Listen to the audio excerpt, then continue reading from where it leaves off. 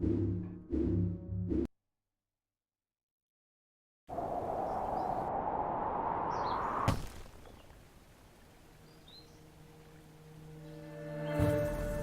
landed with a crash, but thanks to the suit I wasn't hurt. I had no idea where the pad had taken me, but back then I didn't care so much about where I was going, or how I would get home.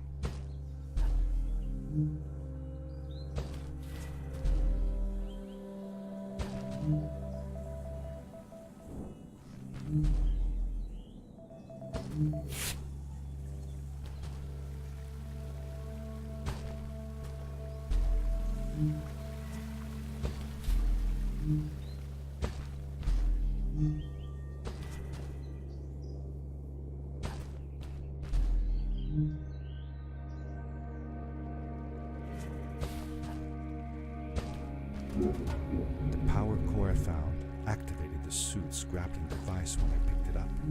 It must have been left here by my uncle.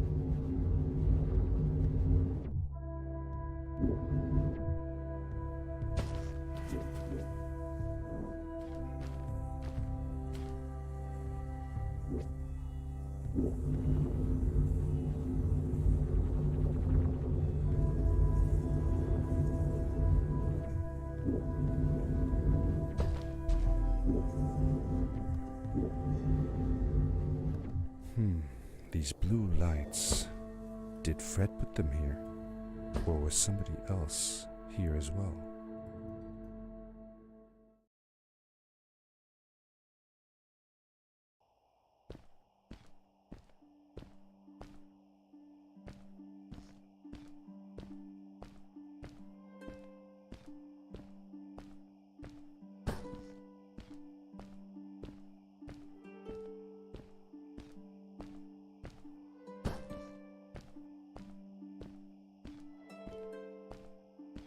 Hello, who are you? You're not from here. Wow, you look just like Fred, but smaller, and with less hair on your face. She knew Fred. I told her that he was my uncle, and that I was looking for him. What's an uncle? I said that that I had known him all my life. Really?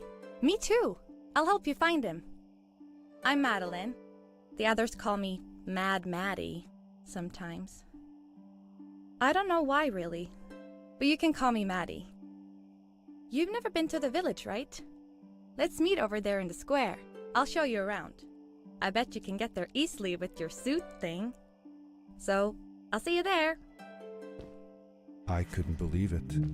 An underground village inhabited by frog people, or more like salamanders. Either way, they walked like humans, they talked like humans. How was that possible?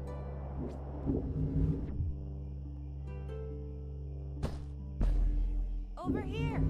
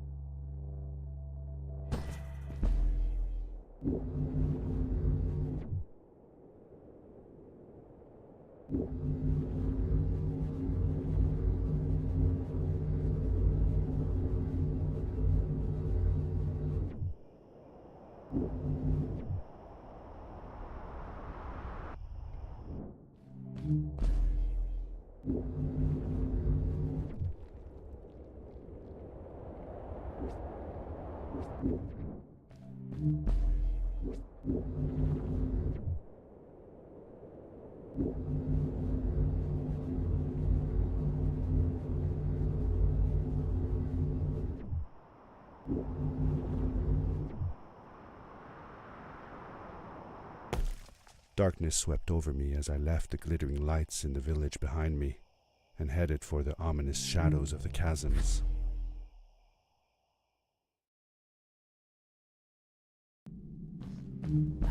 As I entered the chasms, it struck me how much darker it was in there. The shadows were black as ink, and although I tried not to be afraid, I couldn't help but shiver. Was it the darkness that frightened the villagers as well? Or was it something else?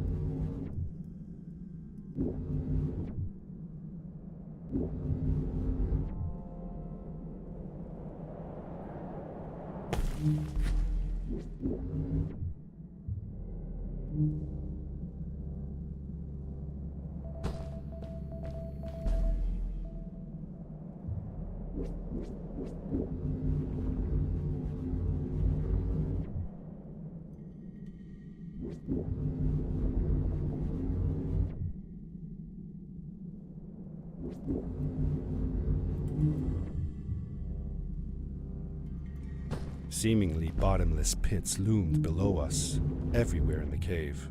The further we got, the more I felt like what faint light existed down there was getting fainter. I was really glad that I wasn't alone.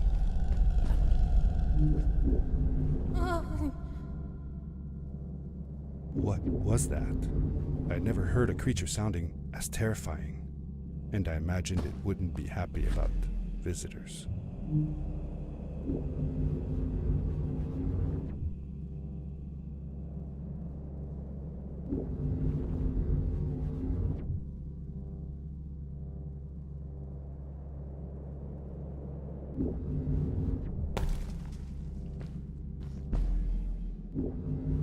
Fred has been with my people since the first villager was born. He helped us build the village, taught us how to speak, and helps us with everything. He taught me how to read and write as well. That's how I could learn to read the writing on the walls.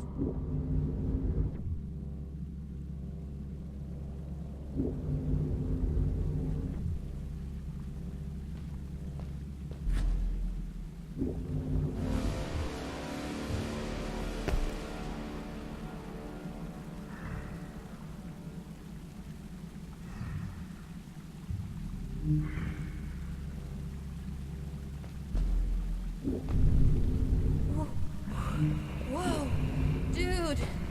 I think I figured out what that writing was going on about.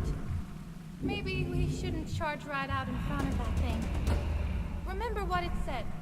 Don't move when the eye is open. Yes, we did it! You're awesome. I knew you had it in you. That was close. We had made it through, and I felt like nothing could stand in our way of finding Fred.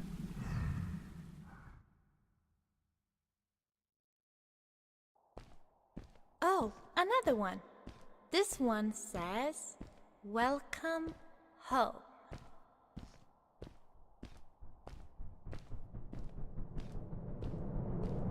Whoa!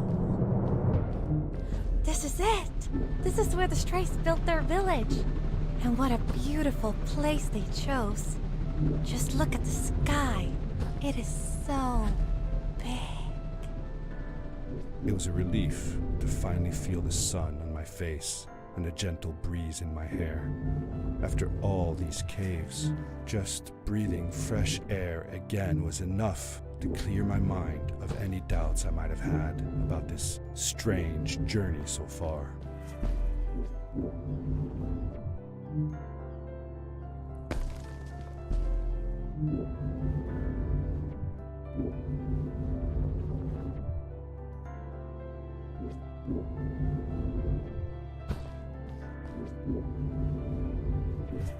Along my journey, I had seen many pieces of floating rock, but here they were much bigger. Some were big enough to fit whole villages. How was this possible? Maybe it had to do with the crystals that seemed to be everywhere. If the legends were true, the Stray civilization was younger than the village. Yet, they were making great progress.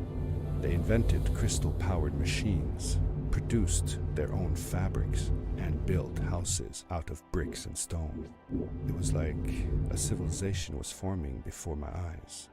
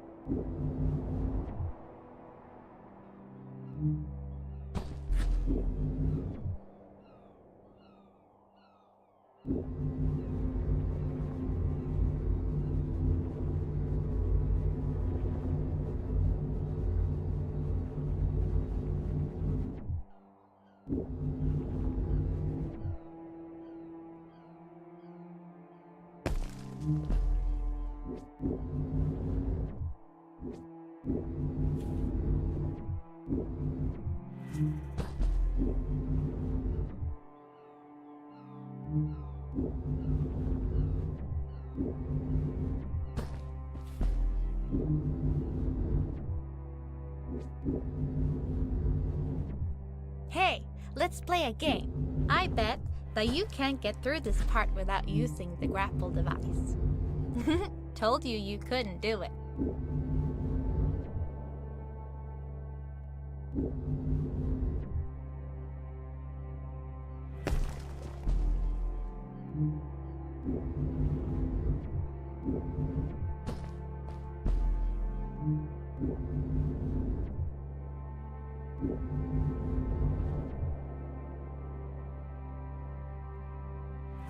Oh, what's that? The boots! Look! Couldn't you wear those? With this addition, the suit felt at least 20% cooler. Sweet! Now you gotta try the map. Whee! This is awesome! It was awesome. I don't know how to describe the feeling of bursting through the air like a bullet, so fast that my eyes watered and my belly was full of butterflies. Never fully in control, but still feeling like the coolest kid in the universe. I guess I just described it, didn't I?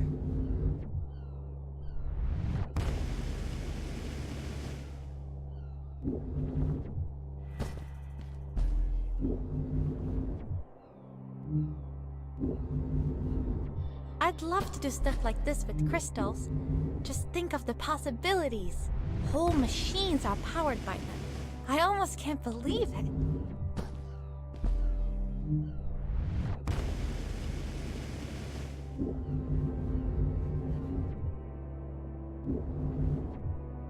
A great, icy mountain loomed before me, and I felt a chill run down my spine.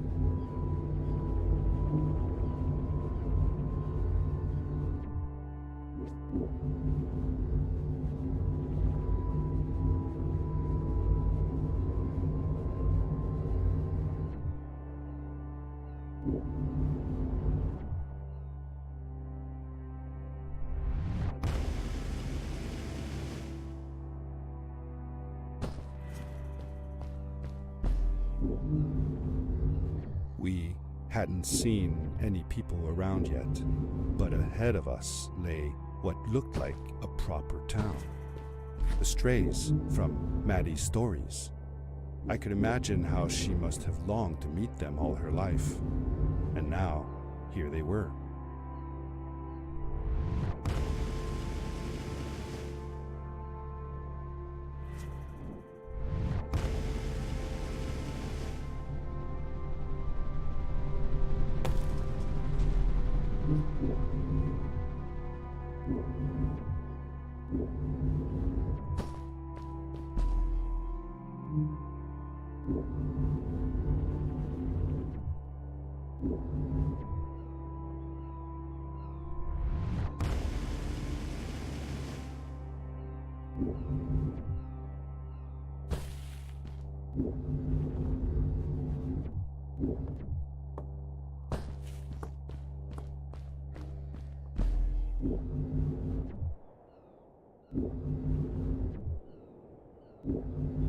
Maddie was silent for a while.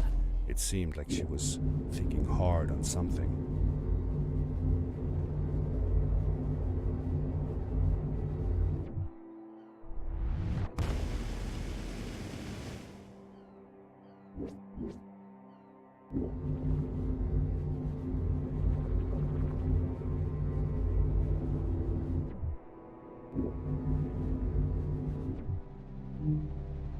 Quickly, grab a hold of that crate.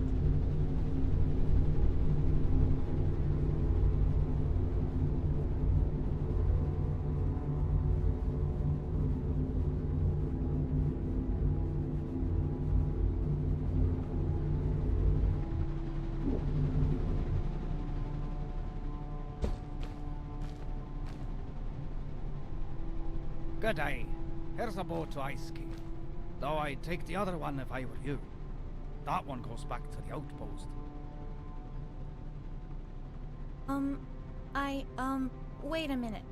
I was thinking. I don't know if I should go with you. I mean, I want to, but I also want to, well, stay here. Maybe it's strange, but I just feel like these people liked me and accepted me for who I am. Kinda like you. I want to be with you too, and help you find Fred. I don't know what I want the most. I told Madeline that I would accept whatever choice she made. I just never thought about it until now that maybe it wasn't Fred I was looking for when I came with you. Maybe I was just looking for a way out. Somewhere to be free. And I know that if anyone can find Fred, it's you. If you meet him, when you meet him, tell him to come see me, okay? I promised. Thank you. I'm glad I met you. And it won't be the same without you around. Goodbye, friend. I said goodbye to Maddie, and I had a feeling that this was the last time I'd see her. But even in this sad moment, I was happy for her. She had found a place where she belonged. There was a dampness in the air that reminded me of the hot summer nights back home. But as the sun was setting, I could feel the chill creeping up on me, and the path we were traveling on seemed to lead us into a second ice age. Winter was coming.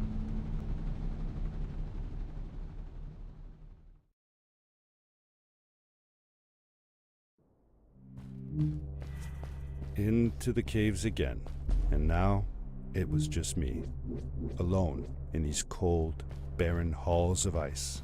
But Fred had been here, and now I could feel it. I was getting close. Something wasn't right. The grapple device's energy beam was somehow reflected off of the ice, and I couldn't get a grip. I had to look for areas where the ice was not so thick. This was going to be a challenge.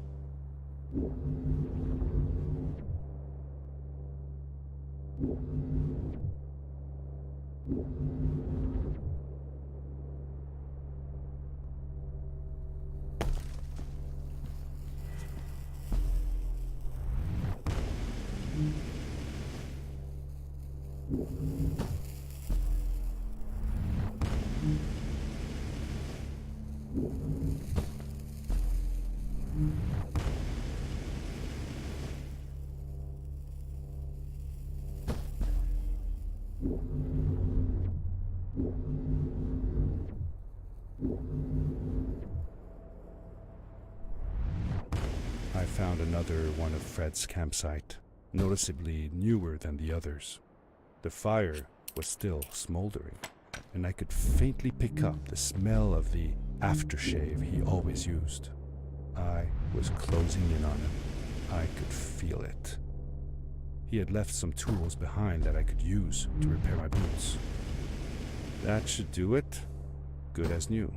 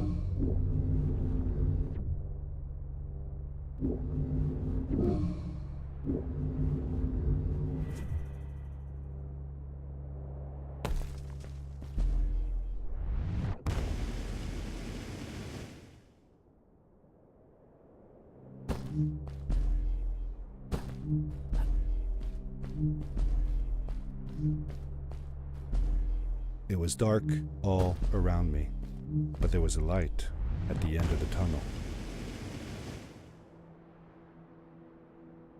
Hello? Nephew? Uncle Fred, I finally found him. My little boy. I'm glad to see you. I said that I found the suit in his workshop and that I came looking for him.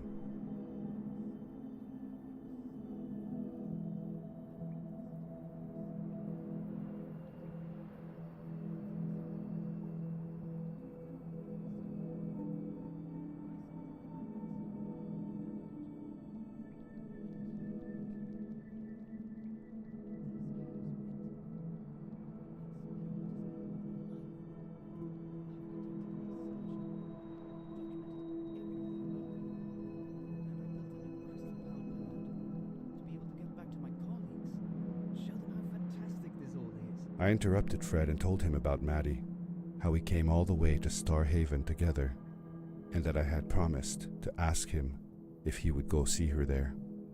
Madeline. My little Maddie. I should have taken her to see Star Haven long ago. She was always so curious about the strays. I left her. I wanted to protect her. Or rather, protect myself from losing her. I've changed my mind. I'm not going home.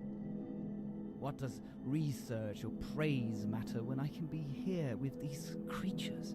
They need me. And it's just as well. I don't trust this pad for more than one ride anyway.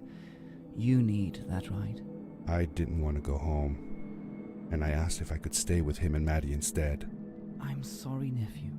As much as I enjoy having you here, you must go home. Explore the world on your own. Have your own adventures. I reluctantly agreed to go home. I was going to miss my uncle. I will miss you too.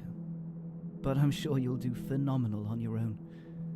And don't worry about me or Maddie. We'll be fine. The pad is yours, boy. When you're ready.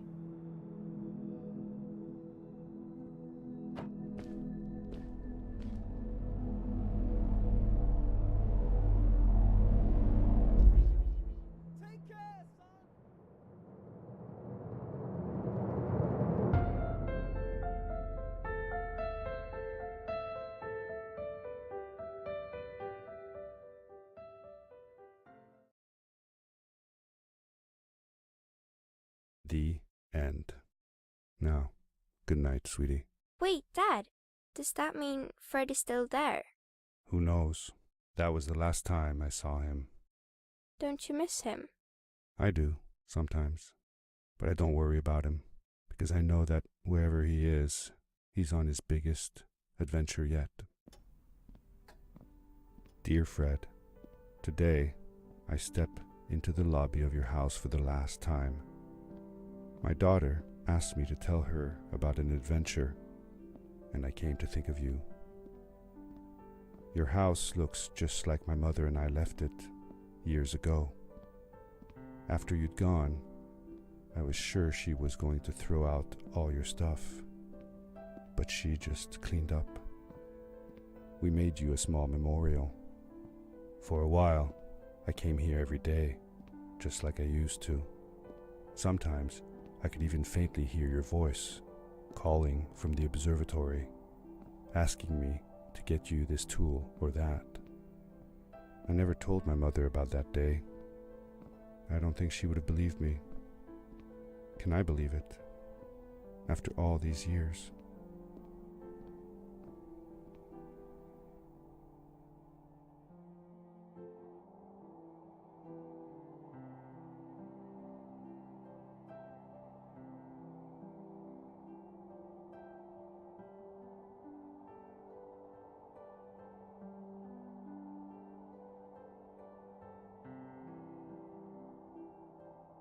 Uncle Fred, thanks to you, I have found an even greater adventure. Thank you.